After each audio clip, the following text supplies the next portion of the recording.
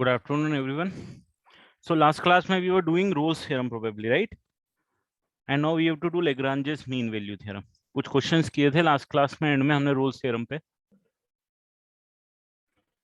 Roles theorem करी थी and कुछ क्वेश्चंस थे. I think this was the last question we did in the class.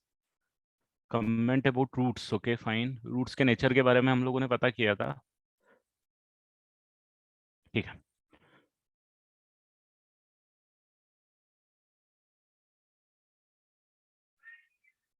हाँ, lecture recording upload नहीं हुई है क्या आपकी यूट्यूब पे इस लेक्चर की?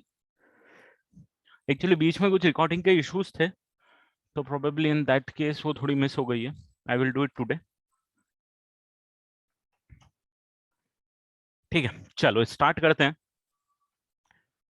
तो लेग्रांजेस मीन वैल्यू थ्योरम, हमने रोल्स मीन वैल्यू थ्योरम पढ़ ली थी. लेग्रांजेस मीन वैल्यू थ्योरम लिखते हैं क्या होती है और समझते हैं उसको. आज ये वाला पार्ट भी हम खत्म कर देंगे, and then we will be starting increasing and decreasing function, monotonicity of any curve.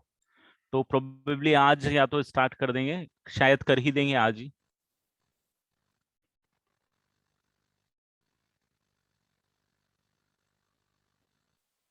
अभी तक होमवर्क आपको लेग्रांजेस और रोल्स मीन वैल्यू थ्योरम का जो आपका बोर्ड्स का सिलेबस था, बोर्ड्स का था, उसको करने के लिए नहीं बोला था मैंने. अभी तक रेट ऑफ चेंज तक ही करने को बोला था आपको. ठीक है. Lagrange's mean value theorem.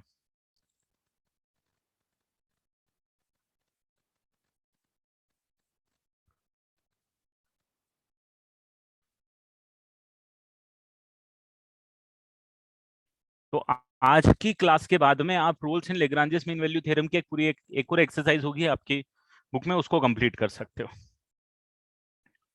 तो इसमें भी कंडीशंस हैं. जैसे आपने रोल्स थ्योरम जब देखा था, तो रोल्स थ्योरम में हम लोगों ने कुछ कंडीशंस देखी थी, राइट?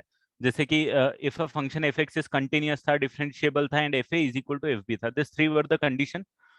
उसके बेसिस पे हम लोगों ने रोल्स थ्योरम को डिफाइन किया था under this three conditions. Similarly Lagrange's mean value theorem के लिए भी कुछ कंडीशंस हैं, वो कंडीशंस हम लोग लिख लेते हैं, एंड देन उसके कंक्लूजन को निकालते हैं कि if a function F x,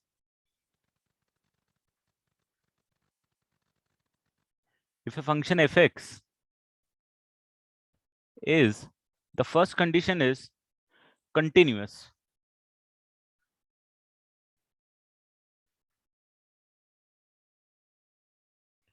Continuous in closed interval a to b. ए से बी क्लोज्ड इंटरवल के बीच में कंटिन्यूअस होना कंपलसरी है. सेम कंडीशन जो रोल्स थ्योरम में थी. सेकंड था differentiable.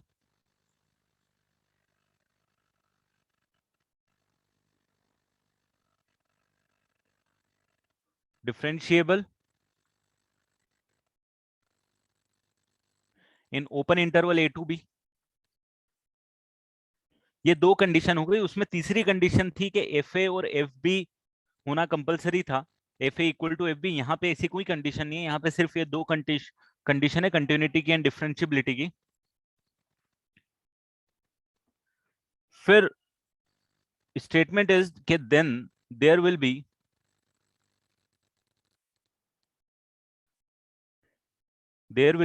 at least one point C, जिसको नाम दे दिया C, where C belongs to A to B such that f dash of C. अच्छा, उसमें बताओ तो रोल्स थ्योरम में क्या था? रोल्स थ्योरम में क्या था? रोल्स थ्योरम में था F dash of C equal to zero था, बट एक कंडीशन एक्स्ट्रा थी जो कि F A equal to F b थी. यहाँ पे f dash C is equal to F B minus F A divided by B minus a. ये आता है. अब देखो, मैं सबसे पहले इसको थोड़ा सा एक बार और एक्सप्लेन करता हूँ, फिर रोल्स थ्योरम से रिलेट करूंगा तो ऑटोमेटिकली क्लियर हो जाएगा आपको. यहाँ पे जो कंडीशंस हैं, दो कंडीशंस हैं. पहली कंडीशन है continuity in A to B, differentiability in A to B. Same अगर आप रोल्स थ्योरम पे यहाँ पे देखोगे, continuity in A to B first condition, second condition differentiability in A to B. Third जो कंडीशन थी वो थी F A equal to F B, जो इसमें नहीं है. उसके बाद जो रिजल्ट आ रहा था that was F dash C is equal to zero था. F dash of C equal to zero था. यहाँ पे एफ डैश सी जीरो नहीं है, एफ डैश सी किसके बराबर है, F B minus F A divided by B minus A के बराबर है। अब जरा सोचो, अगर अगर मैं एफ ए और एफ बी दोनों को इक्वेट कर देता हूं, दोनों बराबर हो जाते हैं, F F A equal to F B हो जाता है, तो रोल्स थ्योरम बन जाएगी। एफ डैश सी की वैल्यू कितनी आनी चाहिए, 0 आनी चाहिए। तो ये क्या बन जाएगी, ये रोल्स थ्योरम बन जाएगी। तो रोल्स थ्योरम में बोल सकता हूं इसका एक पर्टिकुलर केस है लेग्रांजेस मीन वैल्यू थ्योरम का। उसमें तीसरी condition F A equal to F B डाल दिया था, तो एफ डैश सी 0 आ रहा था, इसमें नहीं आ रहा है। F dash C F B minus F A divided by B minus A के बराबर आ रहा है। नहीं बेटा, this is not the first principle, this is not the first principle. जो डिफरेंशिएशन का फर्स्ट प्रिंसिपल था वो तो दूसरा ही था, ठीक है, उसको तो हमने अलग तरीके से डिफाइन किया था। यहाँ पे ये नहीं, यहाँ पे इंटरप्रिटेशन क्या है वो मैं आपको बताता हूँ। ठीक है, आपको इंटरप्रिटेशन बताता हूँ तो ऑटोमेटिकली चीजें क्लियर हो जाएंगी। इसका ग्राफिकल इंटरप्रिटेशन क्या होगा, अब जैसे मान लो एक कोई कर्व है, कंटिन्यूअस है, डिफरेंशिएबल है, ये पॉइंट है सपोज ए, इस पे फंक्शन की वैल्यू है सपोज एफ ऑफ ए, ये पॉइंट है बी, और सपोज फंक्शन ऐसा कुछ जा रहा है ना, कैसा भी जा रहा है doesn't matter, what matters is कि वो फंक्शन डिफरेंशिएबल होना चाहिए, कंटिन्यूअस होना चाहिए। This is F B. अब ये जो कोऑर्डिनेट है दोस्तों, कौन सा, ए कोऑर्डिनेट, ए कोऑर्डिनेट क्या हो जाएगा जरा मुझे बताओ तो। अगर मैं इसको नाम दे देता हूँ कैपिटल ए और इसको नाम दे देता हूँ कैपिटल बी, तो मुझे जरा बताओ तो ए कोऑर्डिनेट क्या हो जाएगा, X coordinate is A and Y coordinate is F A, correct. अब बी कोऑर्डिनेट क्या हो जाएगा, B coordinate is B comma F of B. ये क्लियर है। अब मुझे जरा बताओ कि इन दोनों के बीच में अगर मैंने एक कॉर्ड बना दी, ए बी को ज्वाइन करने वाली एक लाइन बना दी, तो जरा मुझे ये बताओ कि स्लोप ऑफ ए बी क्या होगा। Slope of A B chord क्या हो जाएगा, y2 minus Y one divided by X two minus X one होता है दोस्तों, करेक्ट। तो स्लोप ऑफ ए बी जो हो जाएगा आपके पास वो y2 minus Y one, Y two की जगह मैं लिख दूंगा F B minus of F A upon में बी माइनस है, ये स्लोप हो जाएगा, correct, F B minus F A. और आप देखोगे कि जो लेग्रांजेस मीन वैल्यू थ्योरम में ये जो पार्ट यूज किया है, ये वाला पार्ट आपने यही यूज किया हुआ है, F B minus F A divided by B minus. ठीक है, तो ये मतलब लेग्रांजेस मीन वैल्यू थ्योरम क्या बोल रही है, लेग्रांजेस मीन वैल्यू थ्योरम देख बोल रही है कि ए और सी को ज्वाइन करने वाली कॉर्ड है ना, उसकी स्लोप के बराबर आ जाएगा एफ डैश सी। अरे उसकी स्लोप के बराबर आ जाएगा। और एफ डैश सी का मतलब क्या होता है, किसी भी पॉइंट सी पे टेंजेंट की स्लोप होती है, करेक्ट। तो कोई सी ऐसा तो लाई करना जरूरी है भाई साहब, ए और बी के बीच में, ए और बी के बीच में एक सी आना जरूरी है, जिसपे अगर आपने टेंजेंट ड्रॉप करी, जिसपे अगर आपने टेंजेंट ड्रॉप करी, तो वो इस कॉर्ड ए बी के पैरेलल आ जाएगी। ये जो टेंजेंट आप ड्रॉ कर रहे हो, this tangent is parallel to the tangent at, ये सी है, इसको मैं कैपिटल सी दे देता हूं, इसको स्मॉल सी बोल देता हूं, टेंजेंट एट पॉइंट सी। उसकी स्लोप क्या होगी दोस्तों, उसकी स्लोप हो जाएगी एफ डैश ऑफ सी, क्योंकि एक्स कोऑर्डिनेट उसका क्या लेके रखा है हमने, सी। तो ये इसका ज्योमेट्रिकल इंटरप्रिटेशन हम ये बोल सकते हैं, इसका ज्योमेट्रिकल इंटरप्रिटेशन ये बोल सकते हैं कि ए और बी जो दो पॉइंट है, दोनों पॉइंट को ज्वाइन करने वाली जो कॉर्ड है, उस कॉर्ड की जो स्लोप है, उस कॉर्ड की जो स्लोप है, जो ए बी की स्लोप है, वो किसके बराबर होनी चाहिए, तो वो होनी चाहिए ए से बी के बीच में कोई पॉइंट आएगा जिसका एक्स कोऑर्डिनेट सी होगा, स्मॉल सी होगा, जो मैंने सी यहाँ पे यूज करके रखा हुआ है, वो सी होगा। उस पॉइंट पे अगर आपने टेंजेंट ड्रॉप करी तो उसकी स्लोप जो है इस कॉर्ड के बराबर होनी चाहिए। तो कम से कम एक पॉइंट तो ऐसा होने ही वाला है। वही यहाँ पे ये जो बोल रहा है ना कि at least at one point, at least यहाँ पे वन पॉइंट आएगा, मैंने पूरा लिखा नहीं है, then there will be at least one point, then there would be at least one point C where C belongs to A to B, कि ये जो C है ये A से B के बीच में आना चाहिए, where F dash C is equal to F dash C equal to F B minus F A divided by B minus A. और एटलीस्ट एक इसीलिए होना चाहिए क्योंकि अगर मैंने कोई ऐसा ग्राफ बना दिया कि मैंने सपोज ये ग्राफ ऐसा बन गया, ये भी फंक्शन ही बन रहा है, मान लो ऐसा ग्राफ कोई बन गया, ठीक है, ये बी है और ये ए पॉइंट है, suppose this is A and this is B. अब इसके बीच में इन दोनों को ज्वाइन करने वाली जो कॉर्ड आएगी वो आपके पास कुछ इस टाइप की आएगी, दिस इज द कॉर्ड। अब इससे पैरेलल अगर आप टेंजेंट कोशिश करोगे तो हो सकता है कि यहाँ पे मिलेगी, एक यहाँ पे भी कहीं मिल जाएगी और एक यहाँ पे भी कहीं मिल जाएगी।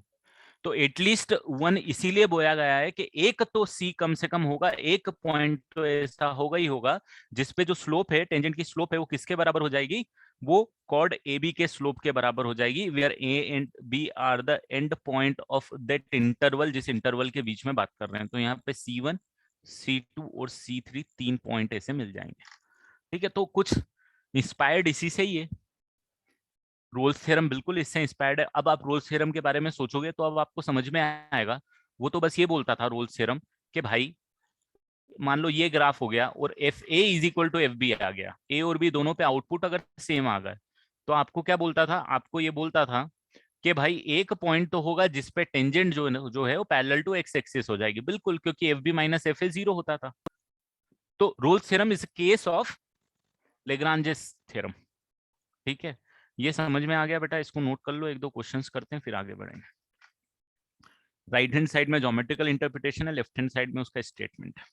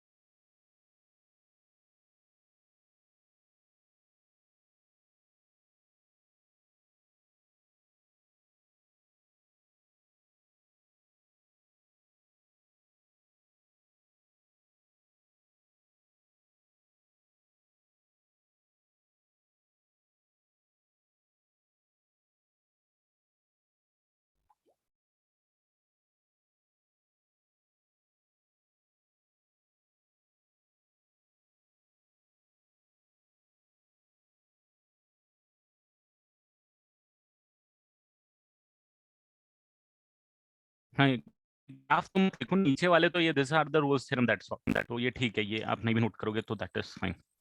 रोल्स थ्योरम आप ऑलरेडी लास्ट क्लास में कर ही चुके हो तो चलेगा।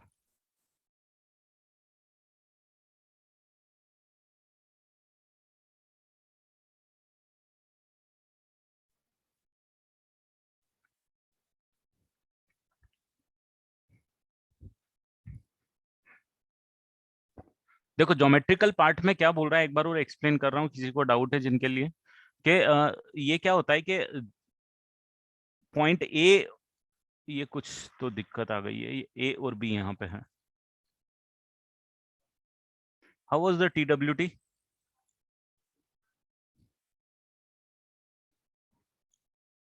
गुड। इट वाज इजी और टफ? नाइस, इजी, 100 on 100, इतना इजी था क्या भाई? अरे TWT कौन से चैप्टर का था? अच्छा अच्छा, एमटी नहीं था आपका, TWT था। एमटी कब आ रहा है आपका? एमटी कब आ रहा है? MT 9 October। Okay, and MT में कब तक, कहाँ तक का पोर्शन आ रहा है, एमओडी तक का पूरा आ रहा है?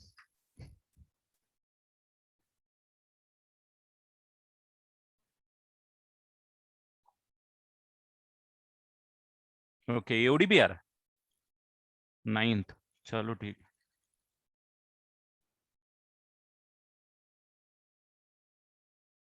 अरे इंटीग्रेशन तो नहीं आएगा भाई, इंटीग्रेशन नहीं आएगा, don't worry about it, the syllabus will change. लिखा होगा। 9th of October है ना, today is 24th of August।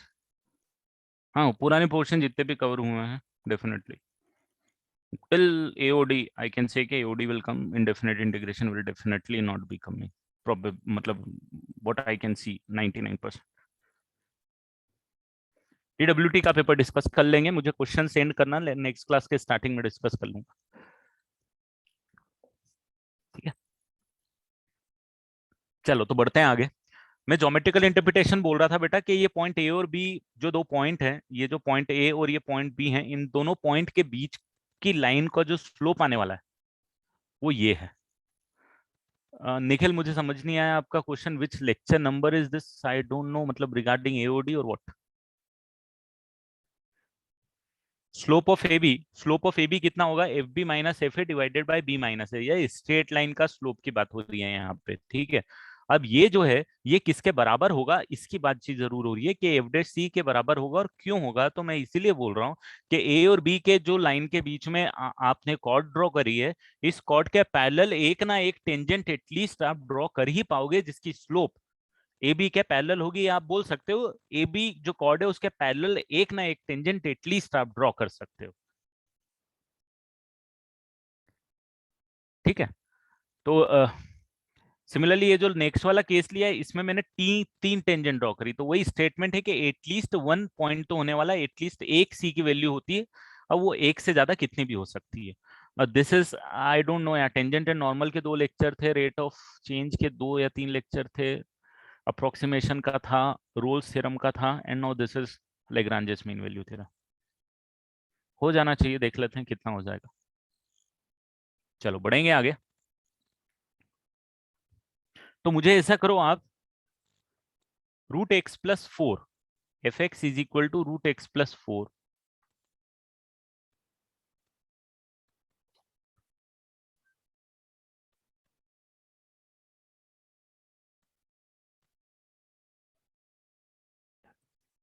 0 to 5 के बीच में आप देख लो तो रेग्रांजेस मीन वैल्यू थ्योरम को आप वेरीफाई कर पा रहे हो या नहीं कर पा रहे हो, मतलब you need to verify Lagrange's mean value theorem for the graph √x+4 between 0 to 5। इसको देख लो 2 मिनट, फिर मैं बताता हूँ बेटा।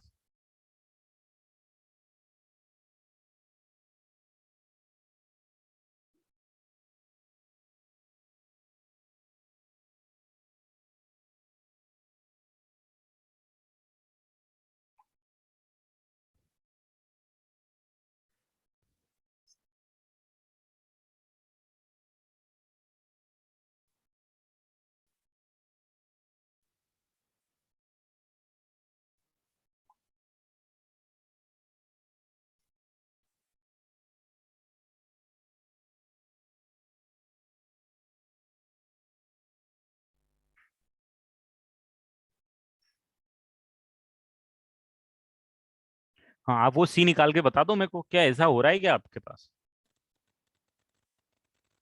अब √x+4 का ग्राफ आपको नहीं पता है, डेफिनेटली पैराबोला बनेगा, बट ठीक है, आपको ग्राफ से कोई लेना देना नहीं है। आप मुझे 0 से 5 के बीच में Lagrange's mean value theorem verify करके बता दो, ग्राफिकली मत बताओ, आप लॉजिकली बता दो। आप ये बोलोगे कि सर फंक्शन जो है ना एफ एक्स ये है, एफ ऑफ जीरो की वैल्यू,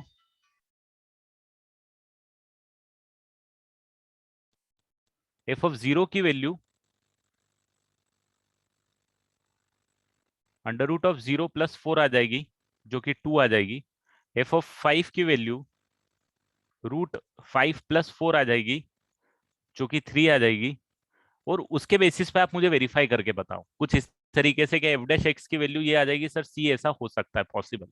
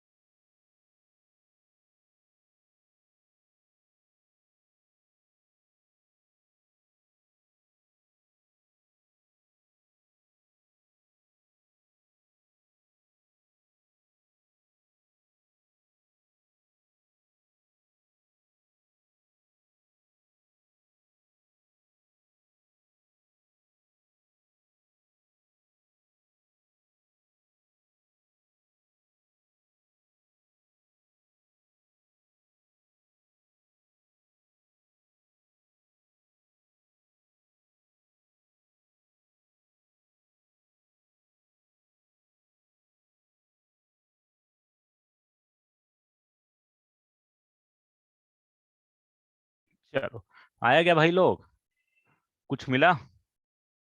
अब एफ डैश एक्स आप देखोगे, एफ डैश एक्स वैल्यू आ जाएगा आपके पास 1/2 √(x+4)।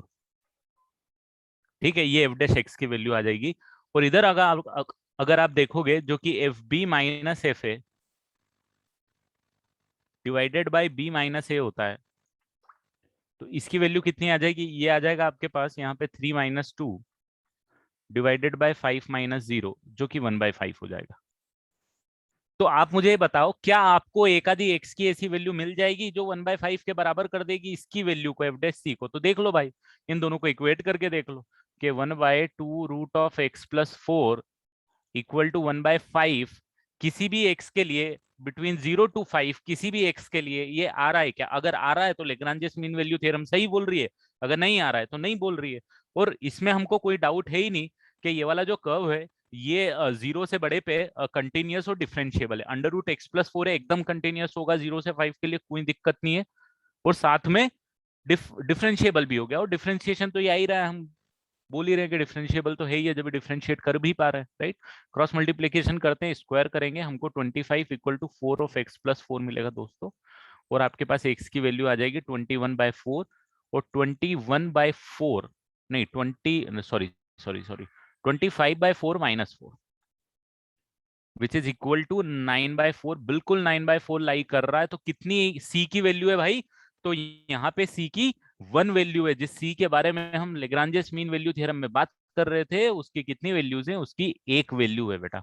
But before doing it, keep this thing in mind कि फंक्शन की कंटिन्यूटी और differentiability you have to keep in your mind, that is important part.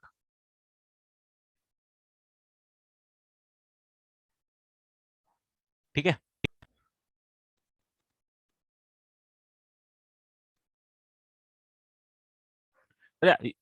It is one of the question, it is the one of the type where they are asking about the value of x for which the Lagrange's mean value theorem is true।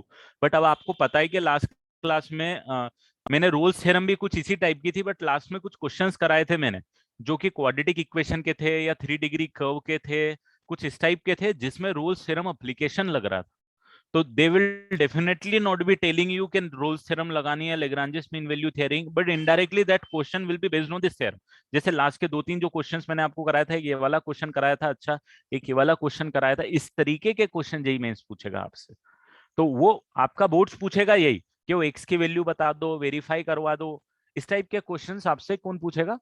Boards पूछेगा। हो सकता है Maharashtra CET भी पूछ ले, बिल्कुल। ठीक है। अब कैसे पता चलेगा? तो भाई अपन ने कंटिन्यूटी और डिफरेंशियबिलिटी पढ़ा यार, ऐसा मत कर तू। कंटिन्यूटी डिफरेंशियबिलिटी, ये पॉलिनोमियल कर्व है, ये जो है पॉलिनोमियल का अंडर रूट है। पॉलिनोमियल खुद अपने आप में हमेशा कंटिन्यूअस और डिफरेंशिएबल होता ही है। पॉलिनोमियल अपने आप में कंटिन्यूअस और डिफरेंशिएबल थ्रू आउट होता है। उसका अंडर रूट लोगे तो वो भी डिफरेंशिएबल कंटिन्यूअस होगा, अगर रेंज में वो डोमेन के अंदर आ रहा है तो। हाँ, वो लास्ट के 2 क्वेश्चन जो मैंने कराए थे वो बोर्ड्स वाले नहीं पूछेंगे यार। वो बोर्ड्स वाले पूछेंगे तो भागते फिरेंगे, वो कहाँ कहाँ तक भागेंगे, फिर दिक्कत हो जाएगी उनके साथ। एक और क्वेश्चन कर लेते हैं। बेसिक एप्लीकेशन है, कोई ऐसा बड़ी बात नहीं है। Lagrange's mean value theorem, F x is equal to x+1/x। और मेरे को बता दो 1 से 3 के बीच में, is it applicable between 1 to 3?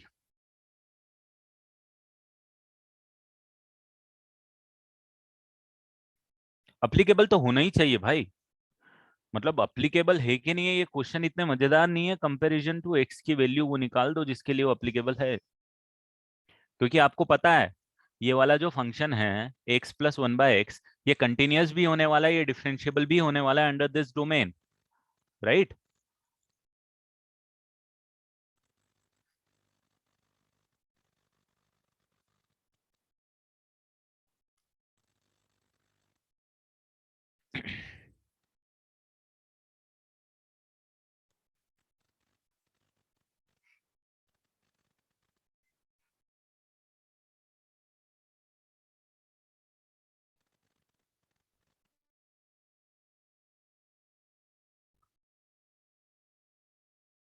पर वैल्यूज भी पूछ सकते हैं, मैं अभी क्वेश्चन कराऊंगा अभी। किस तरह के क्वेश्चंस देखे ना।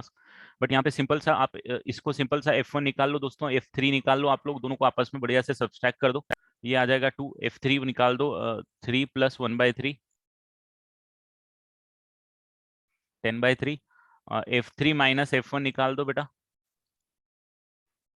अब उनमें 3 - 1 निकाल दो, तो ये 10/3 -2 डिवाइडेड बाय 3 - 1 आ जाएगा, तो कुछ ये आ जाएगा 4/3 multiply by 2 which will say 2/3।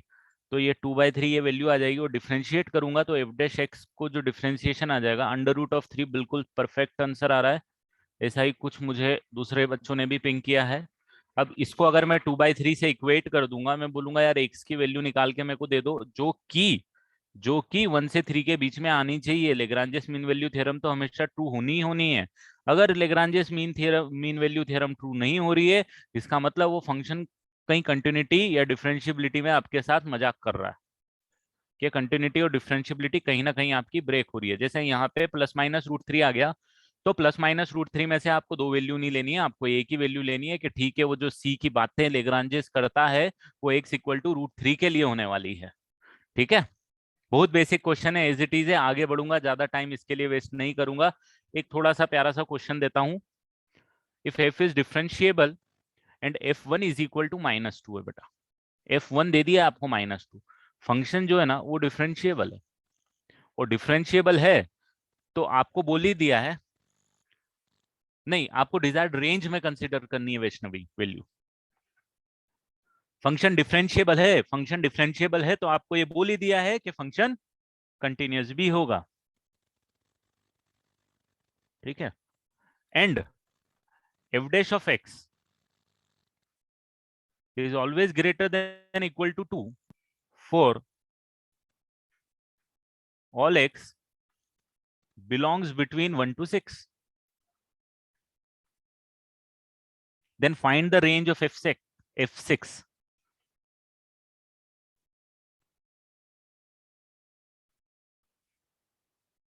-√3 इसीलिए रिजेक्ट किया दोस्तों, क्योंकि क्वेश्चन में जो x की वैल्यू के बारे में बात कर रहे थे 1 से 3 के बीच में लाई कर रहे थे, और 1 से 3 के बीच में √3 आता है, बट -√3 नहीं आता। ठीक है, जिसको डाउट हो रहा था।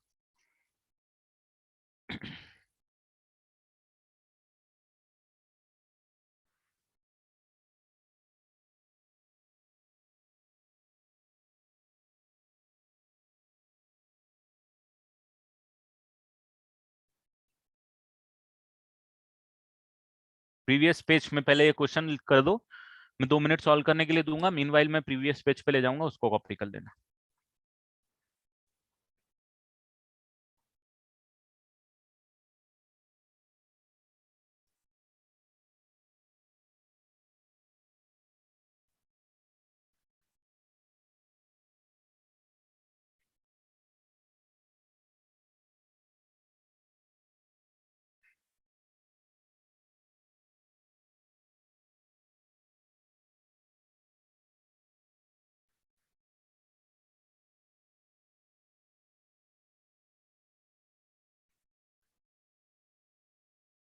नहीं, इसका ये इट डजंट मीन कि -3 से कोई अपन को दुश्मनी है, बिल्कुल भी नहीं है बेटा। यहाँ पे जो +√3 आ रहा है और यहाँ पे जो -√3 आ रहा है, अपन को किसी से कोई दुश्मनी नहीं है। अपन को सिर्फ ये देखना है कि लेग्रांजेस का जो कंस्ट्रेन है, वो कंस्ट्रेन ये है कि जो वैल्यू है वो इसके बीच में आनी चाहिए। अगर इसके बीच में आ रही है, वो ये वाली वैल्यू आ रही है, नीचे वाली नहीं आ रही, that is the reason, that's all बेटा, और कुछ नहीं है। -√3, तो -√3 is not making any sense right now in this question, because we are talking only about 1 to 3। अगर हम 1 से 3 के अलावा बात करते हुए रहते तो -√3 भी सेंस बनाता हुआ रह सकता था।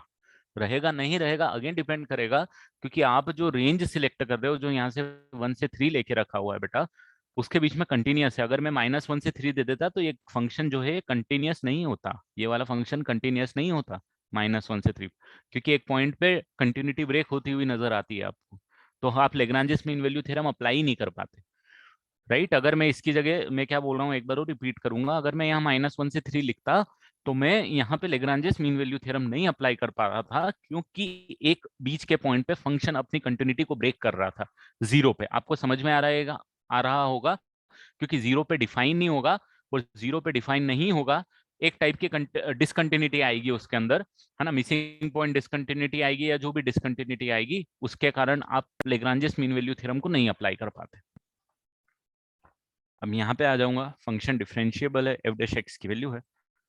चलो बहुत सारे आंसर आ रहे हैं, 8 to infinity seems to be right, सही नजर आ रहे हैं आंसर। तो आप बोलोगे देखो सर 1 से लेके 6 के बीच में लगा दो आप आपकी लेग्रांजियस मीन वैल्यू थ्योरम, क्योंकि आपने बोला है कि फंक्शन तो डिफरेंशिएबल है।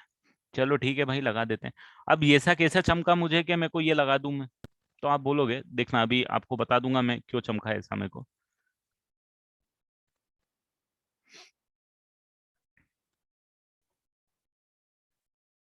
कुछ इस तरीके से मैं लगा सकता हूँ, और मैं बोल रहा हूँ ये जो एक्स है मेरे पास पक्का 1 से लेके 6 के बीच में आना है। ठीक है, अब जो भी है, कुछ भी लाई करे doesn't matter, F dash x जो है ना वो तो 2 से बड़ा है हमेशा, एक्स कुछ भी हो। हाँ, एक्स 1 से लेके 6 दे के रखा है, तो एफ डैश एक्स आपको 2 से बड़ा दे के रखा है। तो बोल रहा है कि यार ये देखो कुछ भी हो ये 2 से बड़ा है, ये ग्रेटर देन इक्वल टू 2 है, तो भाई इसको भी 2 से बड़ा होना पड़ेगा, कंपलसरी है, क्योंकि क्वेश्चन बोल रहा है होना पड़ेगा। तो हो गया भाई, ठीक है, F6 minus F1 divided by 5 divide is greater than equal to 2 आ जाएगा। तो ये F6 और F1 की वैल्यू तो आपको दे के रखी है उसने -2, is greater than equal to 10 आएगा।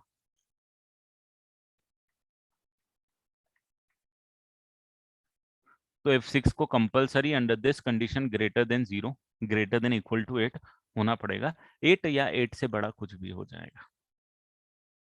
मिनिमम वैल्यू अगर कोई पूछ रहा है तो it should be 8, the possible minimum value. तो अब ये क्वेश्चन आपको क्लिक ही नहीं करेगा कि लेग्रांजियस मीन वैल्यू थ्योरम लगा दो, अनटिल अनलेस कुछ फैक्टर आपको ध्यान ना रहे तो उसके। तो ऐसे क्वेश्चंस आपसे पूछे जा सकते हैं। अब ये शायद मुझे नहीं लगता महाराष्ट्र बोर्ड पूछे, सीबीएसई में भी पूछ सकता है। सीबीएसई तो पूछ लेगा, हो सकता है महाराष्ट्र भी बोले कोई बड़ा क्वेश्चन नहीं है। एक और एप्लीकेशन इसका सिखाता हूँ।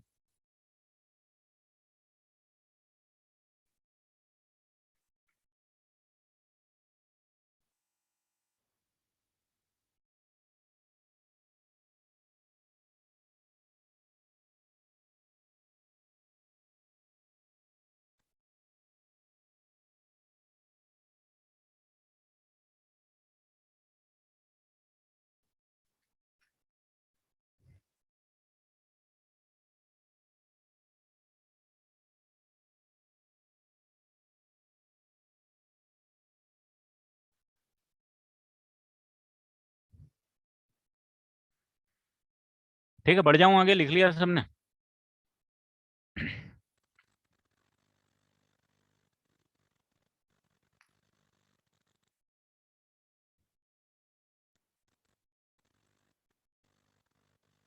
Prove that prove that cos of A minus cos of B का mod is always less than equal to mod of A minus B. दोस्तों ये आपको बताना है, इसमें और कुछ भी नहीं देके रखा है, बस यही दे दिया है आपको कि भाई prove that cos of A minus cos of B का mod is always less than equal to A minus B का मॉड। ये हमेशा होने वाला है, ए और बी कुछ भी हो डजेंट मैटर, ये हमेशा होल्ड करने वाला है।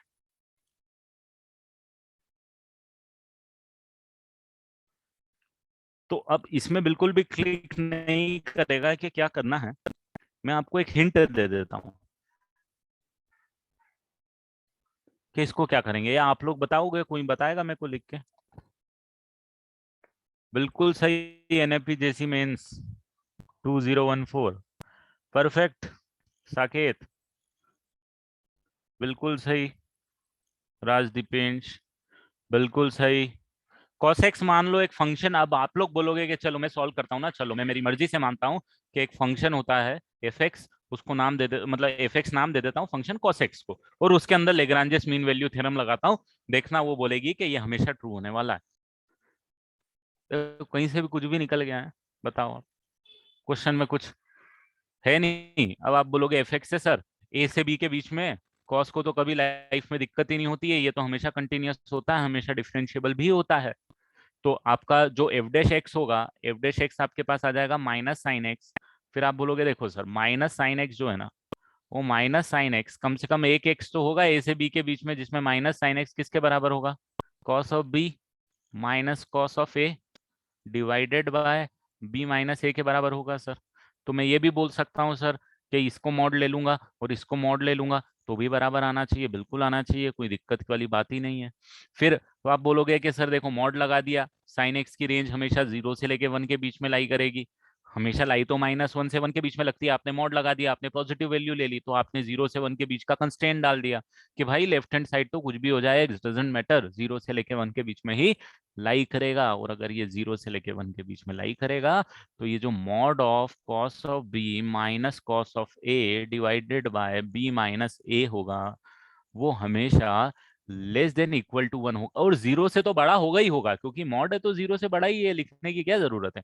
मतलब मैं यहाँ पे लिख दूं तो फिर कोई मतलब ही नहीं है, इसका कोई सेंस बना ही नहीं रही है ये वाली चीज, राइट।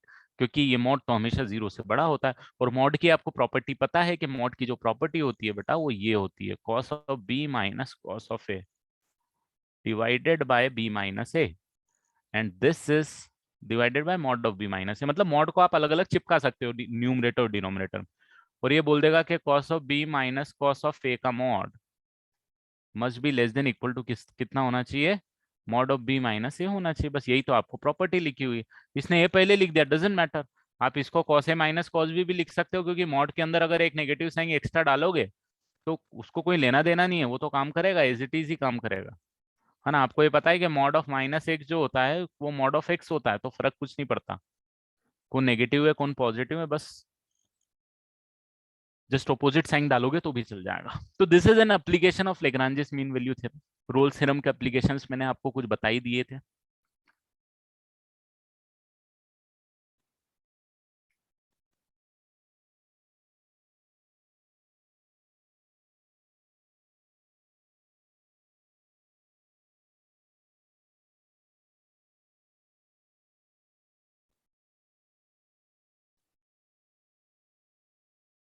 स्टार्टिंग पॉइंट बेटा ये है भव्य इसमें कि मैं बस ये बोल रहा हूँ यार कि मेरे को ये प्रूव करना है, मतलब मेरा क्वेश्चन इज दिस ओनली कि प्रूव दैट दिस पार्ट कि mod of cos of A minus cos of, देखो ये बहुत बेसिक चीज है। हाँ एलएमवीटी हो गया, बस खत्म है और कुछ भी नहीं। यही तो एप्लीकेशन है, और कितना बड़ा एप्लीकेशन चाहिए। इसमें बहुत आर्बिट क्वेश्चन आएंगे, मतलब ठीक है जेई मेंस के लिए इतना इशू नहीं है इसका, यही है जो है बस करा दिया मैंने, ठीक है। तो ये बोल रहा है कि ये आपको प्रूव करना है ए और बी कुछ भी हो doesn't matter, cos of A minus cos of B, मतलब दो एंगल का कॉस का डिफरेंस हमेशा उन दोनों एंगल के डिफरेंस से छोटा ही आएगा, ये बोल रहा है question. F X equal to cos X मैंने अपनी चॉइस से चूज किया। एओडी का मोस्ट इंपॉर्टेंट पार्ट आपके पास बेटा देखो, as far as question are concern tangent and normal के भी आते हैं, रेट ऑफ चेंज के भी आते हैं, आगे वाला जो पार्ट हम पढ़ने वाले हैं इंक्रीजिंग डिक्रीजिंग फंक्शन मैक्सिमा और मिनिमा, इन सबसे क्वेश्चन आते हैं बेटा, ठीक है। सबसे क्वेश्चन आते हैं, पूरा एओडी इंपॉर्टेंट है। तो मैंने F X equal to cos X अपनी चॉइस ली, और फिर मैंने लेग्रांजेस मीन वैल्यू थ्योरम लगा दी under range A to B, बस उसने मेरे को ये जवाब दे दिया, उसने ये बता दिया फाइनली मेरे को।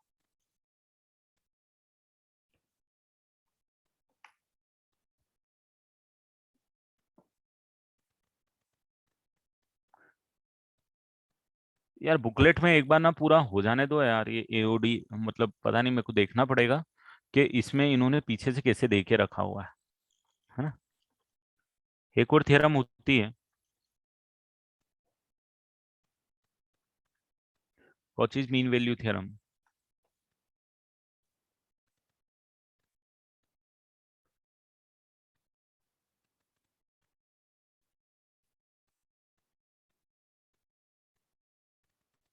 वही मैंने आपको पहले भी बोला ना, बुकलेट स्पेसिफिकली जेई मेंस के लिए डिजाइन करके नहीं बनाई गई है बेटा, इसीलिए तो मैं आपको उसको कॉन्फिडेंस डाउन हो जाता है, मुझे पता है, इसीलिए तो मैं आपको नहीं बोल रहा हूँ, मैं दूसरी चीजें क्यों बोल रहा हूँ आपको करने के लिए, that is one of the reason, because calculus की बुकलेट जो है ना थोड़ा चाहिए एडवांस को कैटर कर रही है। और जेई मेंस की अगर आप बात करो ना, तो कैलकुलस में से अगर क्वेश्चन आ रहे हैं, मान लो 8 क्वेश्चन है, तो 2 क्वेश्चन टफ होंगे, 6 क्वेश्चन इजी होंगे बेटा, यही सब होंगे जो इस लेवल पे हम टिपिकल क्लास में सॉल्व कर रहे हैं, 6 क्वेश्चन उसी लेवल के होंगे, जिससे आपकी कॉन्सेप्चुअल अंडरस्टैंडिंग आती है। उससे 6 क्वेश्चन 8 में से तो बन ही जाते हैं। वो जो 2 क्वेश्चन होते हैं वो भी एप्लीकेशन पार्ट टफ होता है, कॉन्सेप्चुअल पार्ट उसमें भी ऐसा कोई नहीं बहुत भारी होता है। आप देखना मैक्सिमम मिनिमा करेंगे तो पता चलेगा। अभी तो ये छोटी मोटी चीजें हैं, कोचीज थ्योरम और ये सारी थ्योरम है, तो इनके लिए तो चलता रहता है। देखो भाई, दो फंक्शन है, एक एफ एक्स है और एक जी एक्स है। दोनों के दोनों फंक्शन जो है ना भाई, कंटिन्यूअस है। क्या है? कंटिन्यूअस है। मतलब वही जो पहले वाले दोनों में आपने डाल के रखा था वही इसमें डाल दो, continuous A to B. Second भाई डिफरेंशिएबल भी है, open interval A to B, continuous differentiable है। फिर बोल रहा है एक तो सी होगा ही होगा बिटवीन ए टू बी, जिसके लिए F dash C divided by G dash of C is equal to F of B minus F of A divided by G of B minus G of C के बराबर आना, जी of ए के बराबर आना चाहिए। ये बोलता है कोचिस मीन वैल्यू थ्योरम के सी कम से कम एक तो होना चाहिए, जो भाई ए से बी के बीच में आना चाहिए, जिसके लिए ये ट्रू होना चाहिए, और मैं बोल दूंगा एटलीस्ट वन सी तो होना चाहिए। तो मैं इसको इतना ज्यादा टाइम देके नहीं समझाया, वही है जो प्रीवियस दोनों समझाई थी मैंने, वही एज इट इज यहाँ पे लग रही है। और आप बोलोगे सर ये क्या बड़ी बात कर रहे हैं, ये क्या मजाक कर रहे हैं, लेग्रांजेस मीन वैल्यू थ्योरम लगा दो, दोनों को डिवाइड कर दो, ये मिल जाएगा आपको। बिल्कुल सही बात बोल रहे हो। Exercise 3 of your booklet, Mains की बुकलेट की exercise 3 is above JEE Mains, it is very above JEE Mains. 1 और 2 ठीक है, एक्सरसाइज 3 जो लास्ट एक्सरसाइज है it is definitely above JEE mains.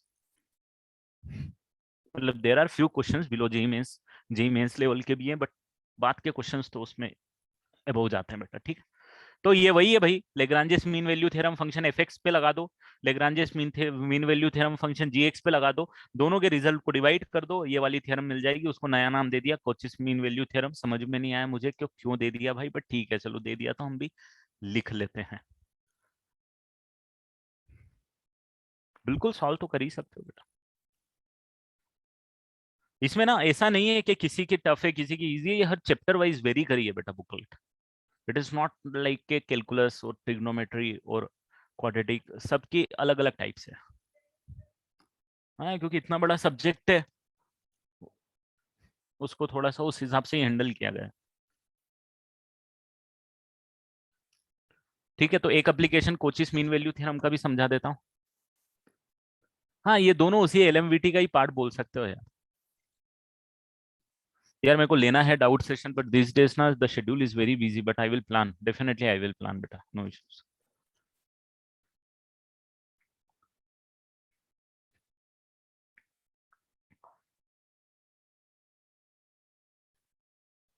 नहीं, एक्सरसाइज 3 तो एडवांस लेवल, एडवांस का कोई लेवल नहीं है बेटा, एडवांस का कोई लेवल होता ही नहीं है, कुछ भी पूछते हैं, कुछ भी पूछ सकते हैं, मतलब पूछते नहीं है, कुछ भी पूछ सकते हैं। चलो तो एक एप्लीकेशन सिखा देता हूँ इसका, उसके बाद बहुत इंपॉर्टेंट पार्ट चालू करेंगे, इंक्रीजिंग एंड डिक्रीजिंग फंक्शन आज की क्लास में।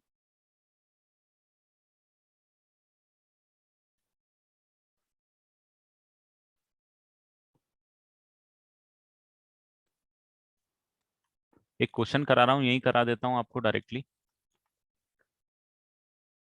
कुछ इस टाइप का सीन चल रहा है।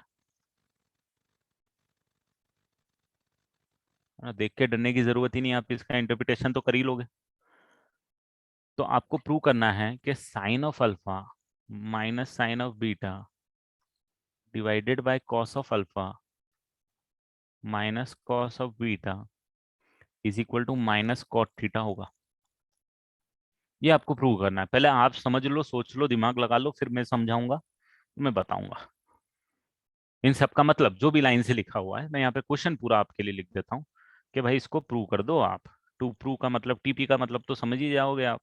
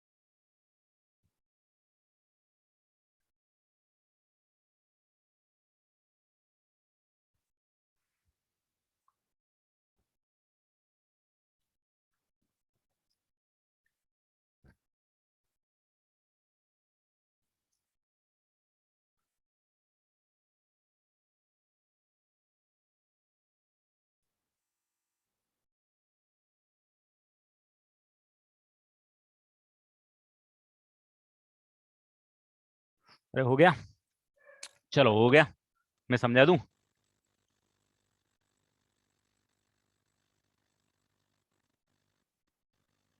डन।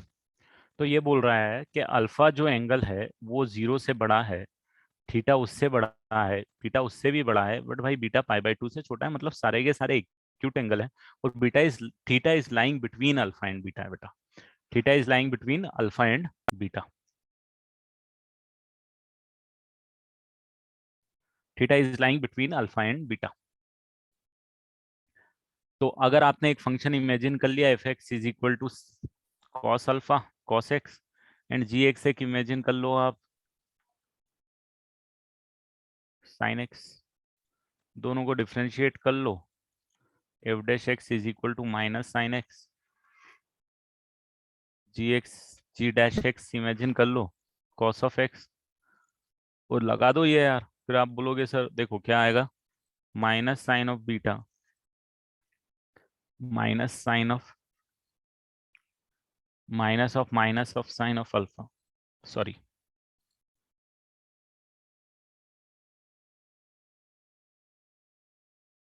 हाँ, G of X divided by F of X लिखना, जी ऑफ एक्स ये डिवाइडेड बाय ये लिखना।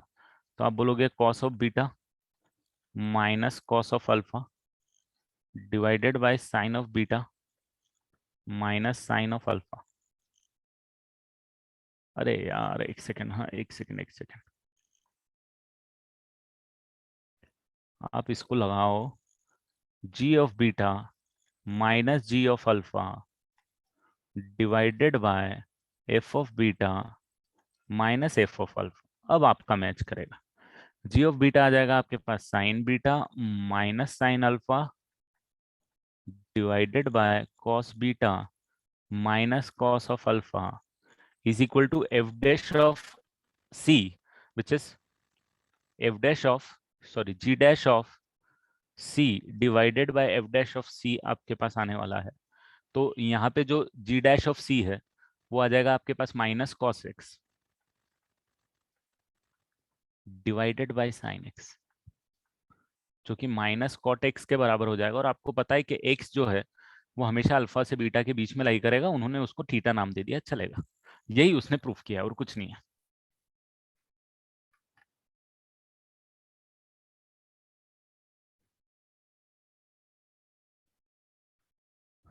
तो आपकी आपकी बुक का पार्ट भी निपटा दो बेटा।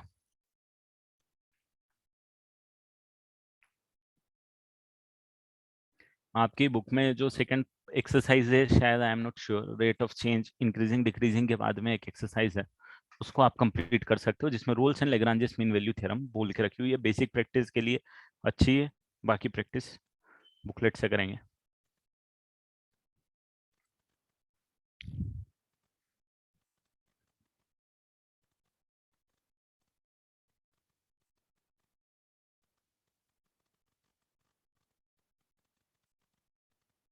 हाँ, finally you can take x as theta, doesn't matter, it is the condition बेटा, इट इज द कंडीशन। हाँ, यहाँ पे मैंने सी ले लिया है, यहाँ सी ले लिया है, तो यहाँ पे भी आप सी ले लो, कोई दिक्कत नहीं। ये सी ले लिया है, सी ले लिया, मैंने वेरिएबल चेंज कर दिया है, सी ले लो। सी की जगह उन्होंने थीटा लेके रखा है, doesn't matter, theta is lying between alpha and beta, that's all. Whatever you are writing here that should be lying between alpha and beta, that's all.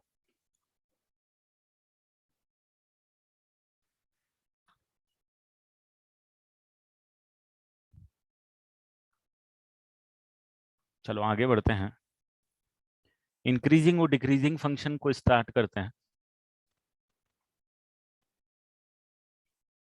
या फिर मोनोटोनिसिटी स्टार्ट करते हैं। आपको बुक में ये वाला चैप्टर कुछ इस तरीके से मिलेगा।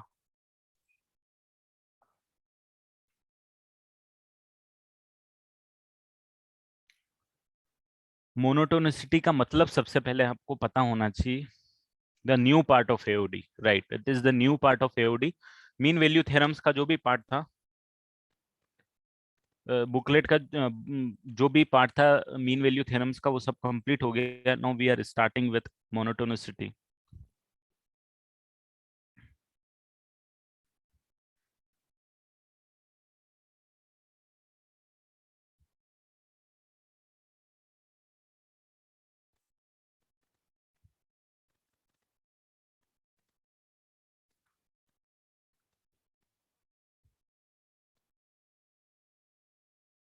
एक सेकंड रुकना। हाँ,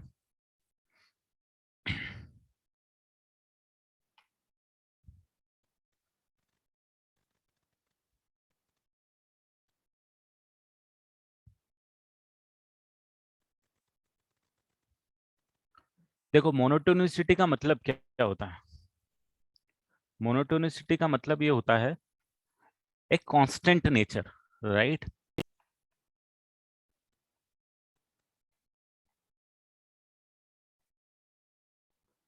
आप बोलते हो ना मोनोटोनस सॉन्ग हो गया, मतलब क्या हो गया, एक ही तरीके से सॉन्ग चला जा रहा है। ये एक तो स्लो चल रहा है, मोनोटोनस स्लो चल रहा है, तो वो स्लो चलता हुआ रहेगा, बोरिंग होने लग जाएगा। उस टाइप की कुछ फीलिंग आपको मोनोटोनिसिटी देती है। ठीक है। अब मोनोटोनिसिटी में हम लोग क्या करते हैं, हमारा पार्ट यहाँ पे क्या रोल प्ले करता है।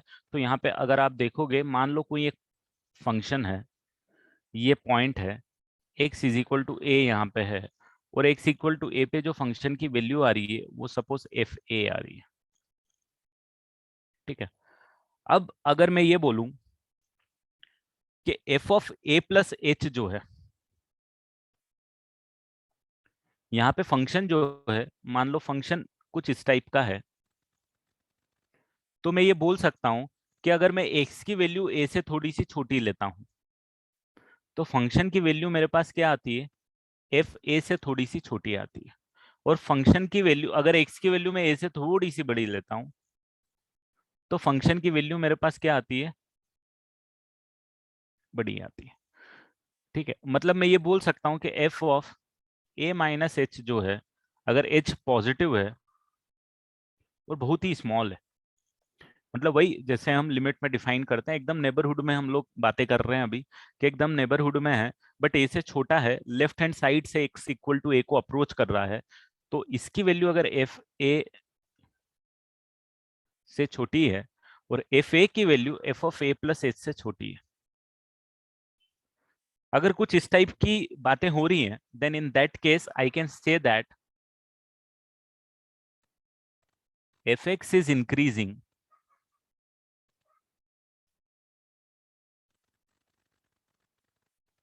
Eight point X is equal to A. X equal to A पे फंक्शन की वैल्यू क्या हो रही है, इंक्रीज हो रही है, या फंक्शन को मैं क्या बोलूंगा, एक इंक्रीजिंग फंक्शन बोलने वाला हूं। ठीक है। अब मोनोटोनिसिटी को यहां से कैसे रिलेट करूंगा, तो उस वर्ड को मैं थोड़ा बाद में इंट्रोड्यूस करूंगा, जब मैं इंक्रीजिंग डिक्रीजिंग आपको सब समझा दूंगा।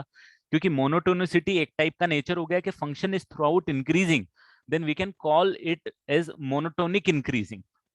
ठीक है। We can call it monotonic increasing. तो मोनोटोनिसिटी वर्ड का मैं मतलब इस चैप्टर के पॉइंट ऑफ व्यू से बाद में समझाऊंगा। बट पहले बस आप ये समझो कि किसी भी पॉइंट पे अगर फंक्शन इंक्रीजिंग है, तो उसका मतलब क्या होता है कि अगर कोई भी एच है विच इज टेंडिंग्स टू जीरो, जो हमारा नॉर्मल लिमिट के फंडे में होता है, वो जो कि पॉजिटिव है, हम लिमिट टाइम लिमिट में भी जब मैंने आपको बताया था कि एच को हम क्या करते हैं, पॉजिटिव ही कंसिडर करते हैं, हमारा नॉमेनक्लेचर ही कुछ ऐसा होता है, हम उसको डिफाइन ही कुछ इस तरीके से करते हैं। तो अगर एफ ए पे जो एक्स इक्वल टू ए पे फंक्शन की वैल्यू आ रही है, अगर वो वाली वैल्यू छोटे एक्स के लिए छोटी आ रही है और बड़े एक्स के लिए बड़ी आ रही है, at X equal to A के नेबरहुड पे, then that function is called increasing function at point X equal to ए।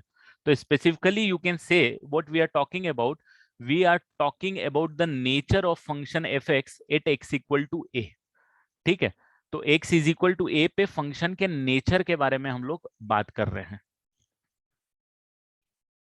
और सेम अगर मैं एक्स इक्वल टू ए पे कुछ इस टाइप का ग्राफ बना देता हूं दोस्तों, मान लो अगर मैंने कुछ इस टाइप का ग्राफ बना दिया,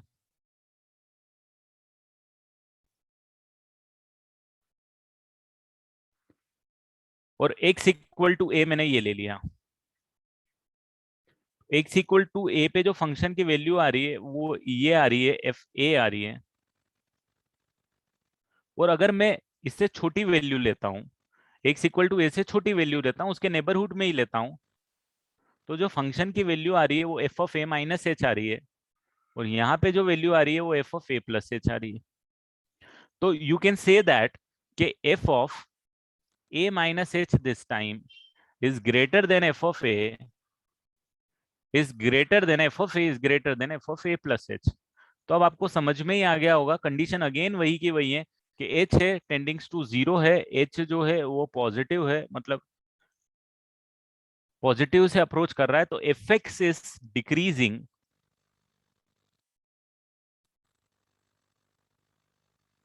अभी इसमें मैं डिफरेंशिएशन का एप्लीकेशन बाद में घुसाऊंगा, पहले मैं डेफिनेशन बता दूंगा कि इंक्रीजिंग और डिक्रीजिंग का मतलब क्या होता है किसी भी पॉइंट के लिए।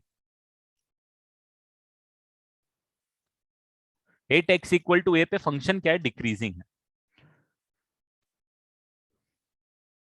ठीक है, तो सबसे पहले इसको नोट कर लो बेटा। इसमें स्लोप की कोई बात नहीं हुई है, डिफरेंशिएशन की कोई बात नहीं हुई है अभी तक। अभी तक सिर्फ ये बात हुई है कि फंक्शन की value at X equal to A, X equal to से ए से थोड़े से छोटे पे, एक्स इक्वल टू ए से थोड़े से बड़े पे, जो लिमिट के लिए हम एक्सटेंडिंग्स टू ए नेगेटिव और ए पॉजिटिव निकालते हैं ना, वही वाले ए के लिए मान लो, और उसी ए के लिए कुछ फंक्शन इस टाइप का नेचर शो कर रहा है।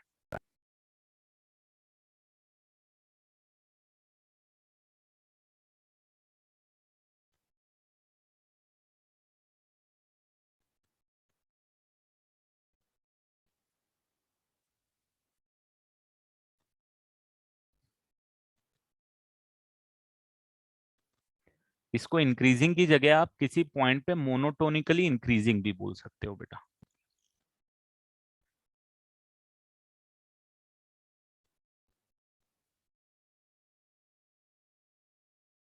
और यहाँ पे इसको मोनोटोनिकली डिक्रीजिंग भी बोल सकते हैं।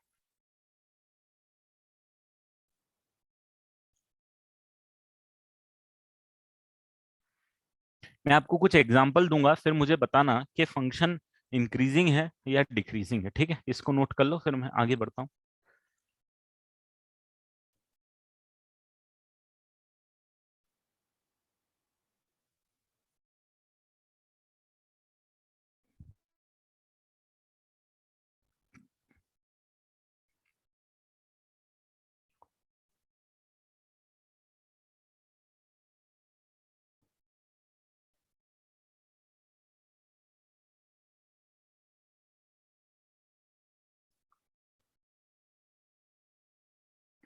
नहीं बेटा, आदित्य अभी कुछ भी उसके वैल्यूज के नाम नोमेनक्लेचर का प्रिडिक्शन कुछ भी मत करो, मैं बताऊंगा जब भी करना।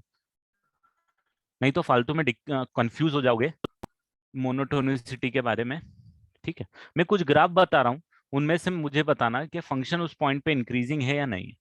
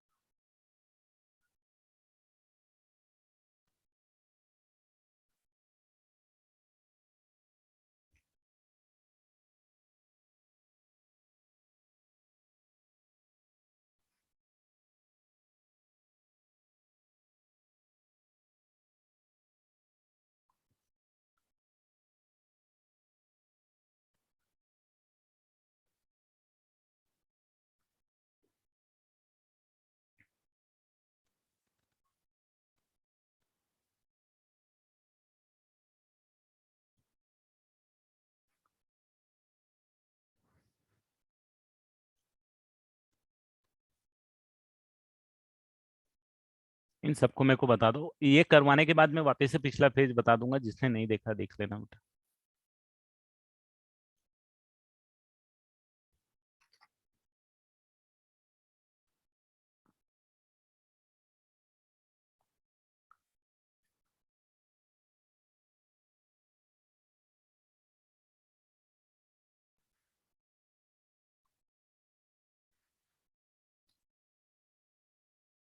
इसको नोट कर लो, फिर मुझे बता दो कौन सा इंक्रीजिंग है कौन सा डिक्रीजिंग।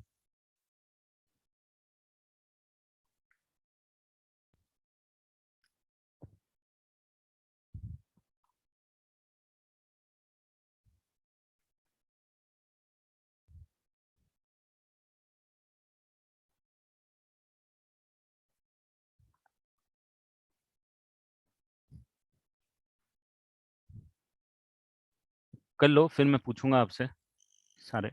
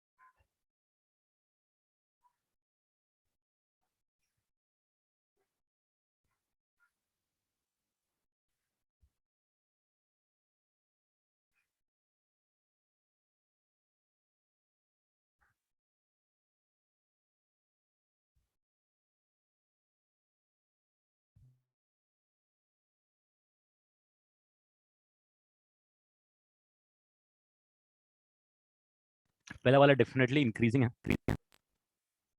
सेकेंड वाला डेफिनेटली डिक्रीजिंग है,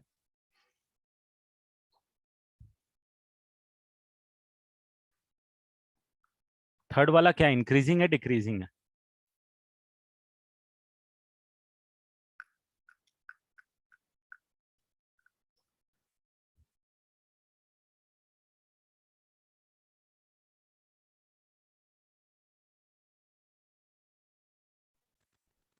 इंक्रीजिंग है।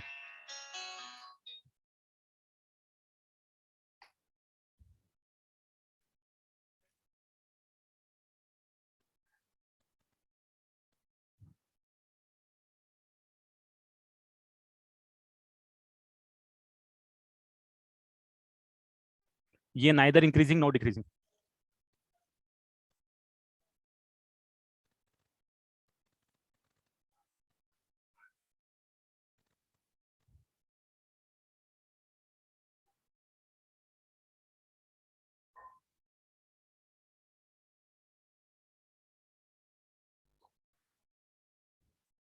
ये वाला क्या इंक्रीजिंग डिक्रीजिंग? फिफ्थ वाला increasing decreasing? It is increasing. At X equal to A, at X equal to A पे बात हो रही है सब दूर, एक्स इक्वल टू ए क्यों हो रही है भाई? देखो, फंडा सिंपल है, सबके अंदर F of A minus H से बड़ा है और F of A plus H से छोटा है, तो फंक्शन इंक्रीजिंग है एट एक्स इक्वल टू है ना। अब ये वाली फंडा जिस पे भी अप्लाई हो रहा है वो इंक्रीजिंग वाला है। तो देखो यहाँ पे अगर आप देखोगे कौन से थर्ड वाले एग्जाम्पल में, ये वैल्यू आ रही है एफ ऑफ ए की, ये वाली वैल्यू, इससे ऊपर ऊपर वैल्यू आ रही है और इससे नीचे इससे कम वैल्यू आ रही है, तो डेफिनेटली इंक्रीजिंग है। इसमें क्या और ये भी कम आ रही है, तो इसलिए ना तो इंक्रीजिंग है ना तो डिक्रीजिंग है, दोनों वैल्यू इससे कम आ रही है। तो ना तो ये वाली कंडीशन सेटिस्फाई कर रहा है, ना तो जस्ट इसके ओपोजिट ये वाली कंडीशन सेटिस्फाई कर रहा है। ये रेड वाली दोनों सेटिस्फाई नहीं कर रहा है, तो फंक्शन ना तो इंक्रीजिंग है ना तो डिक्रीजिंग।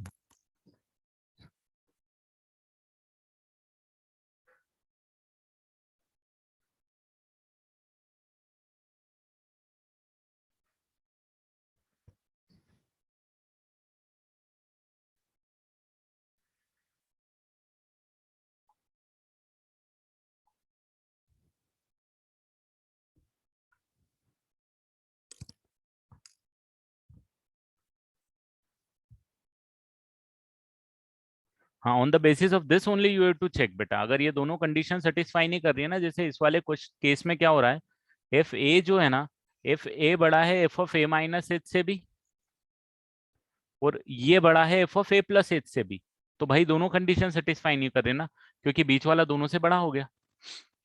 लास्ट वाला इंक्रीजिंग है डेफिनेटली, ये भी neither increasing neither decreasing.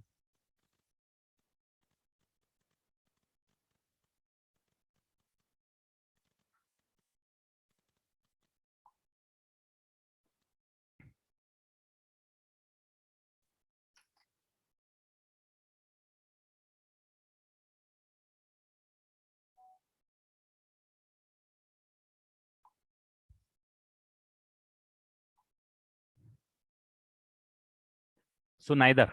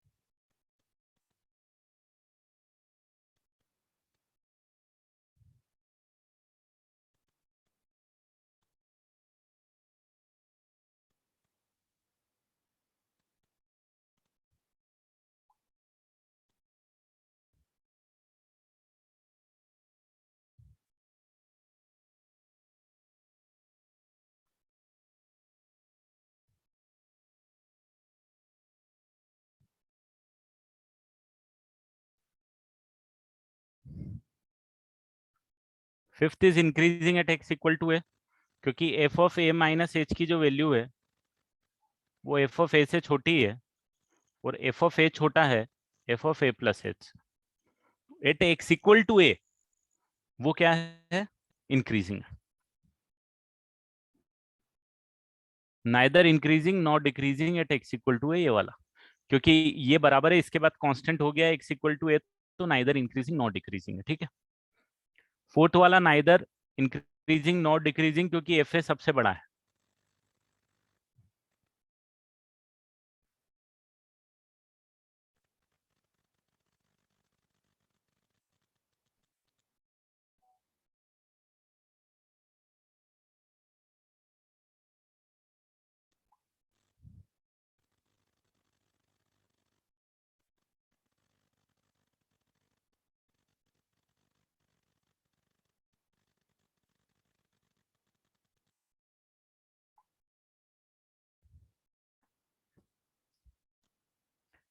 Third वाले में तो इंक्रीजिंग है, बिल्कुल थर्ड वाले में कोई दिक्कत ही नहीं है, F of A minus H जो है एफ ऑफ ए से छोटा है।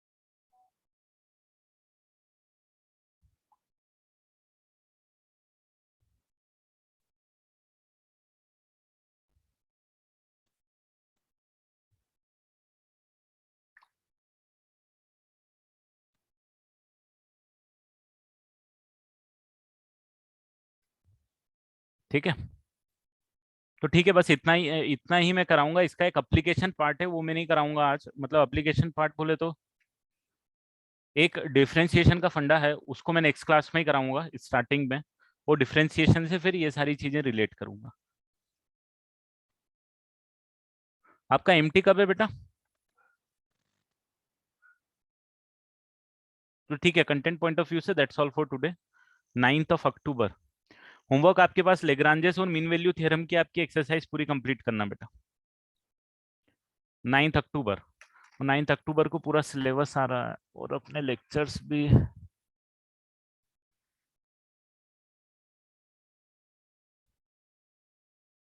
चलो देखते हैं।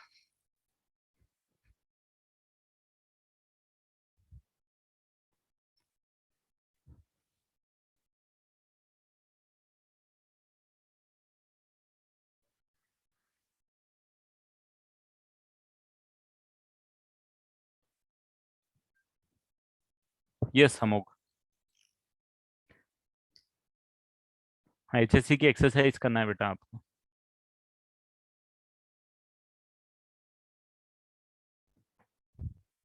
हाँ, मैं दोनों क्लास अपलोड कर दूंगा बेटा।